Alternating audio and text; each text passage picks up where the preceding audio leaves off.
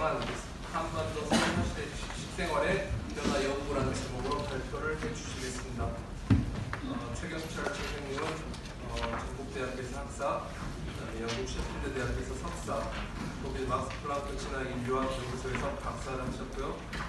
이후에 알래스카 페어뱅스 주립대학교에서 박사 후 연구원을 하시고 17년부터는 한양대학교 문화인류학과에서 조교수를 하고 계십니다.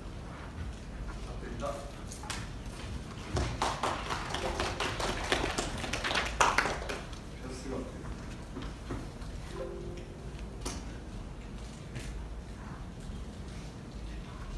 네, 안녕하세요. 저는 한양대학교의 문화인류학과 최경철이라고 합니다. 지금 전에 말씀하셨던 선생님들은 주로 뼈의 모양이나 형태 그리고 질병 인자들을 찾아가지고 분석하는 방법이었죠. 그리고 오전에 했던 분들은 이제 유전자를 추출하는 그런 방법이었는데, 저 같은 경우에는 뼈에 들어있는 화학적인 시그널을 찾아서 과거에 일어났던 인류의 우리 조상들의 생활상을 복원하는 겁니다. 그래서 그러면은 이제 뼈가 도대체 어떻게 구성되어 있느냐? 화학적으로 봤을 때는 기본적으로는 이제 하이드록시 아파이티르가 70%고요. 콜라겐이라는 단백질이 이제 30%가 들어있습니다. 그리고 그 밑으로 보면은 치아 같은 에나멜은 90%, 거의 90%라서 돌과 같다고 생각하시면 되고요. 그 이제 치아 안쪽에 있는 덴틴이 이제 뼈 같은 성분인 거죠. 이 성분들의 조합이 어떻게 이루어지냐면, 여러분들이 이제 먹었던 음식들에 의해서 그대로 들어가서 구성이 되기 때문에 살아생전에 먹었던 음식을 복원하는데 화학적 시그널이 이용되고 있습니다.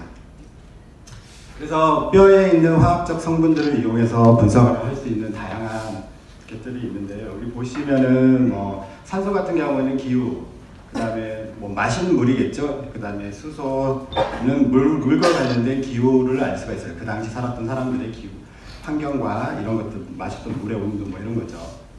그 다음에 이제 탄소 같은 경우는 다이어트, 데이팅에도 사용되고요. 이거 많이 사용되는 건데, 그 외에도 아까 하이드록시 아파테르라는 미네랄 같은 경우에는 다양한 칼슘 외에도 다양한 중금속이라고 하는 것들이 치환이 되기 때문에 이것들 가지고도 그 사람들이 어느 지역에 살았는지까지도 다 알 수가 있습니다. 당연히 이제 스트론튬 같은 경우는 지질의 토양 속에 있는 물질을 그대로 가져와서 뼈에 들어가기 때문에 살았던 지역, 그러니까 그래서 이제 마이그레이션 패턴까지도 스트론튬으로 알 수가 있습니다. 여러분한테 이제 그런데 이제 뼈에 들어있는 화학적인 시그널을 알아내기 위해서는 주로 사용하는 방법이 스테이블 아이소토 어나리시스라는 겁니다. 이제 안정 동위 원소 분석이라는 건데, 보통 제가 이제 뼈를 분석할 때 탄소 연대 측정을 합니다. 그때는 여기 보시면은 C14, 여러분들이 탄소 연대 측정은 이거 데이팅을 하는 거죠. 그 다음에 여러분들이 이제 일반적으로 탄소는 12를 가지고 있는데 그 생물학적인 변화나 식단을 통해서 13이 이제 13으로 바뀌게 되는데, 이걸 프랙셔네이션이라고 합니다. 이거는 이제 화학적인 백그라운드가 있는 건데 이제 간단히 넘어가겠습니다. 아까 이제 그 뼈에 들어있는 성분 중에서 소위 우리가 말하는 가벼운 원소라고 하는 것은 5가지가 있습니다. 탄소, 질소, 수소, 산소, 그 다음에 마지막 황이가 있는데요. 가장 많이 분석에 이용되는 것은 여기서 보면은 탄소가 되겠습니다. 그래서 탄소 동위 원소가 되겠는데요. 탄소 동위 원소는 아까 보셨듯이 12하고 13이 있고, 다이어트 복원하는 사람들은 13이 제일 관심이 있습니다. 사실 1%죠. 이 1% 가지고 분석을 하게 됩니다. 이 탄소 동위 원소가 어떤 원리에서 이용되냐면, 식물 같은 경우에 식물이 있는데, 이제 식물에는 2가지 종류가 있죠. C3 식물, C4 식물인데, 벼 같은 경우에는 밀, 서양에서 많이 사용되는 밀은 아시아에서는 이제 C3가 되겠죠. 벼하고 밀을 서양에서는 대략 마이너스 27입니다.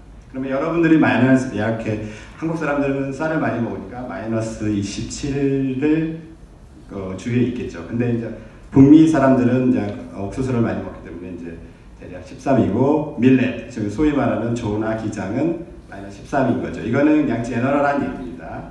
이것의 원리는 식물이 광합성을 하는데, 보통의 식물들은 C3 플랜입니다. 근데 그레스, 플랜, 그러니까 외떡니 식물이라는 것들은 C4 플랜이라고 해서 다르게 더 광합성을 하는데 대기 중에 있는 탄소를 가져오게 되는데 우리가 잘 아는 이 옥수수하고 밀렛이 우리가 특별하게 신석기 이후에 신석기 혁명, 농협혁명 이후에 사용하게 되는 곡물이죠. 그래서 이것이 언제 우리가 이제 신석기 혁명을 가져왔느냐, 농경의 시작이 됐냐에 사용되는 가장 일반적이고 대표적인 예입니다. 자, 그 다음에 이제 탄소와 함께 가장 많이 사용되는 게 질소 동위원소인데요. 질소도 똑같은 원리입니다. 그 중에서 여기 보시면은 15가 되고 0.37%죠. 대부분은 다 14이죠, 14죠. 근데 이거는 이제 질소 같은 경우에는 먹었던 요 사진에서 보시면은 트로피컬 포지션으로 그냥 쭉 올라가요. 그래서 초식 동물이 낮고 그 다음에 육식 동물이 높고 그 다음에 이제 해양 동물이 가장 높은 그런 게 때문에 여러분들이 어떤 음식을 먹었냐에 따라서 만약에 해양 음식을 먹으면 질소값이 굉장히 높겠죠. 그 다음에 고기류, 육식은 많이 하면 질소값이 이제 높습니다. 그래서 해양보다 낮지만 그다음에 초식을 곡물이라든가 야채를 많이 먹으면 우리 소위 말해서 베지테리언들은 굉장히 낮습니다. 질소값이. 이 원리를 가장 많이 이용합니다. 제가 이제 고고학을 했었는데 고고학에서 보통 유물을 가지고 과거 시대 상황을 복원하거나 생업을 복원하는데 저 같은 경우에는 뼈에서 이걸 가지고 복원을 하게 되는데 아까 말씀하셨듯이 질소와 탄소를 이용하면 이 사람이 예를 들면 C4 플랜이 옥수수나 밀렛을 먹으면 이쪽 자리에 놓이게 되고요. 만약에 C3와 초식 동물이겠죠. 멧돼지나 사슴을 먹게 되면 이쪽에 놓이게 되고 해양 쪽을 먹게 되면 이쪽에 놓여서 이 질소와 탄소의 두 가지 동위 원소를 가지고 플롯을 해보면은 과거에 우리 조상들이 어떤 음식을 먹었는지를 확인할 수 있습니다. 그런데 이제 저는 이제 고고학적인 백그라운드에서 관심이 있었습니다. 우리나라의 최초의 이제 농경이 어느 시점에서 시작됐느냐. 거기에는 이제 고고학적으로 식물 유해들이 나오기 때문에 소위 말하는 경작 식물이겠죠. 조라든가 기장 그리고 쌀이 나오기 때문에 그걸 가지고 보통 말을 많이 하는데 그거는 나왔다고 해도 직접 먹었다고 말할 수는 없기 때문에 그리고 워낙 보존 상태가 다 다양하잖아요. 유적지마다. 그래서 뼈를 가지고 직접 분석을 해보면 알 수 있다. 그래가지고 제가 이제 연구를 하게 됐고 그래서 보통 알려지기로는 아까 우리 전에 아침에 닥터 로베스인가요? 그 선생님께서 먼저 밀렛이 왔고 그 다음에 쌀이 나중에 왔다 그랬는데 우리나라의 농경이 기원하게 된 거는 그래도 마지막으로 일본까지 가게 되는데 여기 보시면은 보시면은 여기 중국에서 기원해 가지고 하나의 라인업이 있고 그 다음에 직접으로 가는 그런 게 있어요. 그래서 그리고 이제 그 옆에 있는 사진들은 이제 우리나라 청동기 시대에 나왔던 경작 유물이에요. 근데 여러분 잘 아시지만 국사 시간에 많이 배웠지만 반달 모양 동칼이 있고 이거는 농사를 직접 지었을 거라는 증거들이죠. 그 다음에 이제 이거 따개라고 해가지고 경작하는 그런 유물들이 나오고 있잖아요. 청동기에.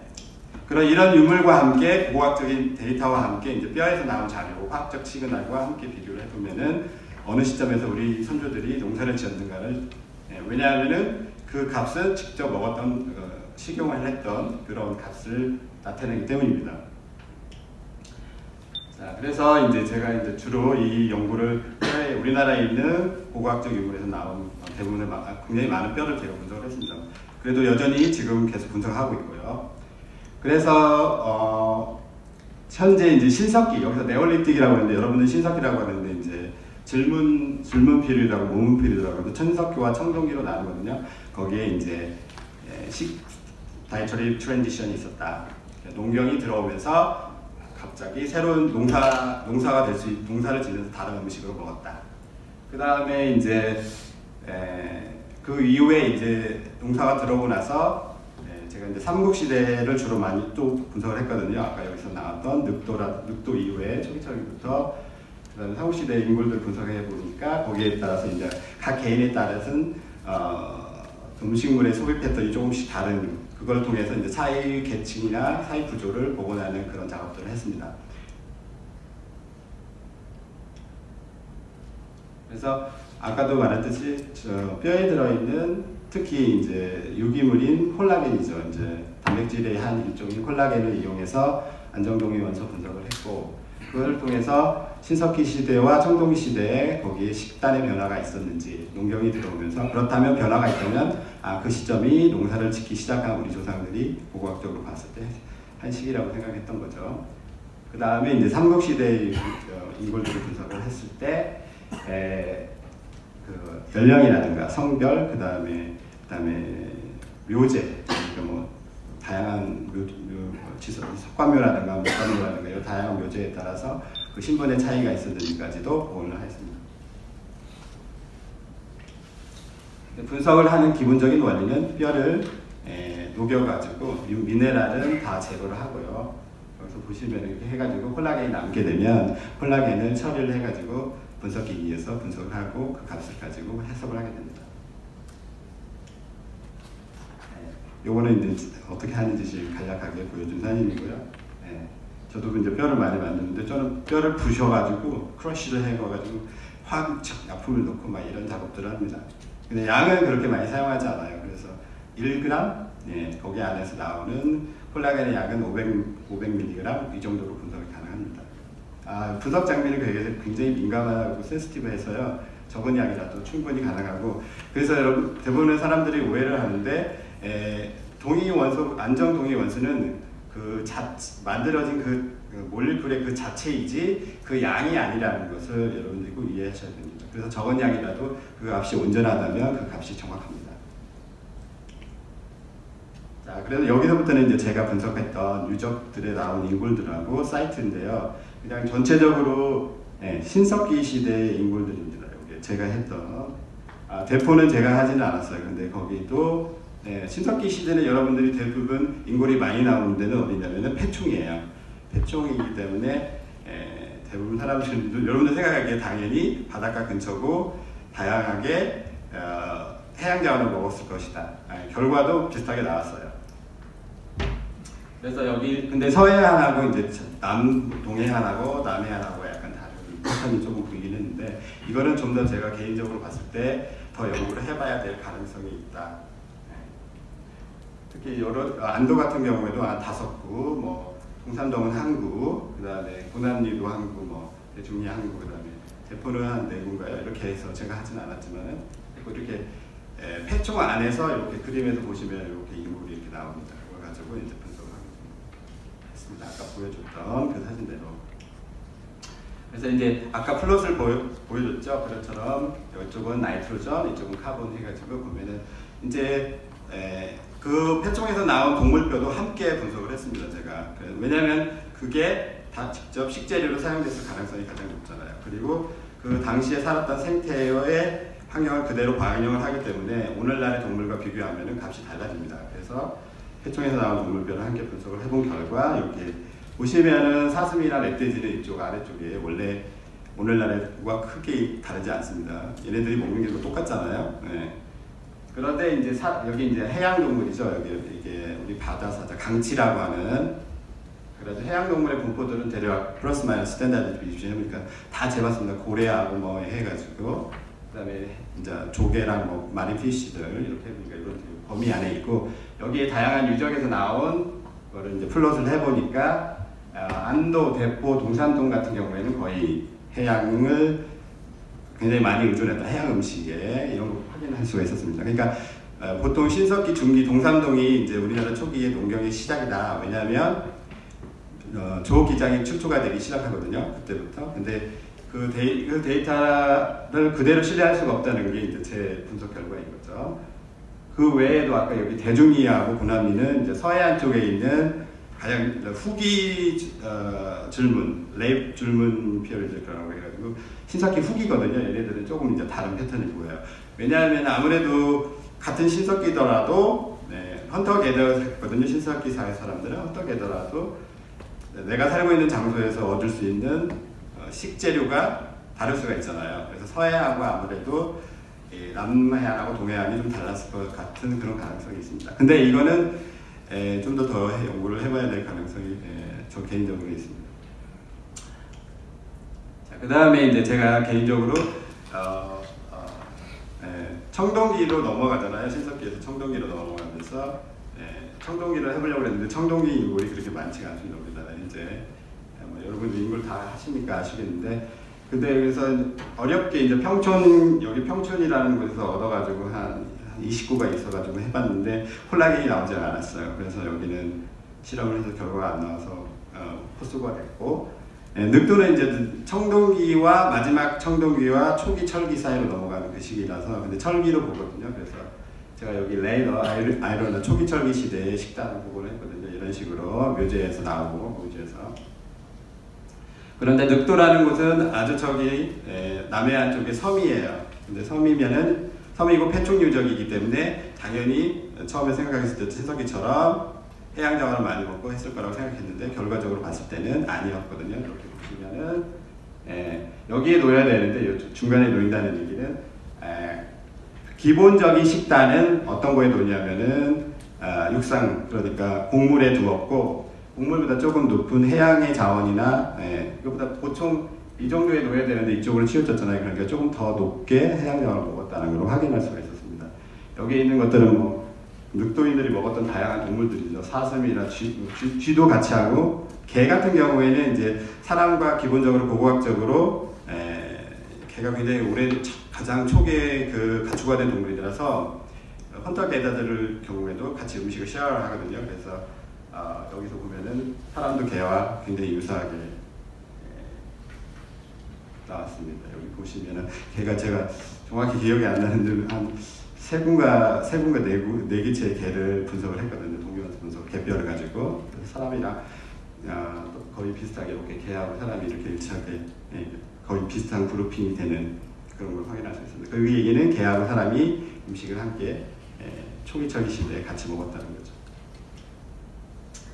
그 다음에 이제 아까 청동기를 못하고 초기 철기로 넘어간 다음에 이제 여러분이 아시다시피 이제 원삼국 시대가 넘어가고 이제 삼국 시대가 넘어가거든요. 고고학적으로 시기를 보면은 그 중에서 이제 아까도 전에 선생님들이 많이 분석을 하셨던 것도 이제 제가 이제 화학 분석, 케미컬 콜라겐 분석을 했습니다. 그러다 여기 보이면은 임당은 제가 하진 않았고요. 이제 기존에 있던 데이터고, 송현동현도 제가 하는 건 아니고 예안이하고 수능을 제가 했습니다. 예안이는 대략 300구 중에 300구 분석을 하긴 했는데 300개국 가량 개체가 되는데 그 중에서 일부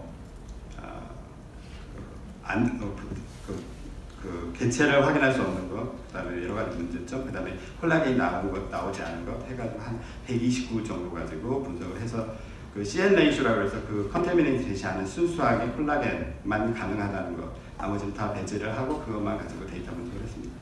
그렇게 했고, 수능 같은 경우는 이제 영주 지역인데 이제 신라 말기 고구려와 백제 사이의 경계 지역에 고위층이 묻어면서 벽화와 함께 나온 5개의 개체의 인구를 분석을 했고, 여기는 굉장히 일치되는 그런 결과가 나왔어요. 그 그룹끼리. 이런 걸 했고요.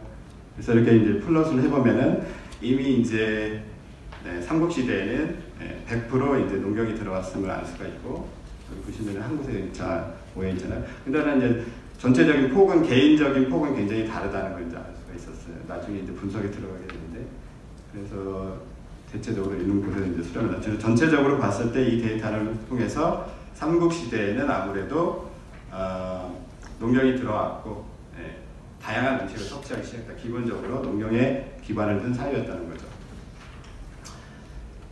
자, 이제 삼국시대에는 이제 이 식단이 일반화되지 않고 사회가 계층화되는 것을 확인할 수가 있는데요. 기본적으로는 요거는 이제 이쪽은 이제 무덤에 따라서 목관묘, 석관묘, 그다음에 석실묘로 구분을 해가지고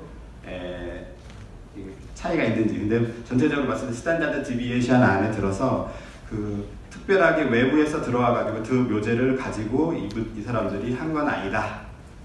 전체적으로 사람들은 비슷하지만 다른 묘제를 썼다는 걸 알 수가 있었고, 그 다음에 요거는 이제 남녀 비율이거든요.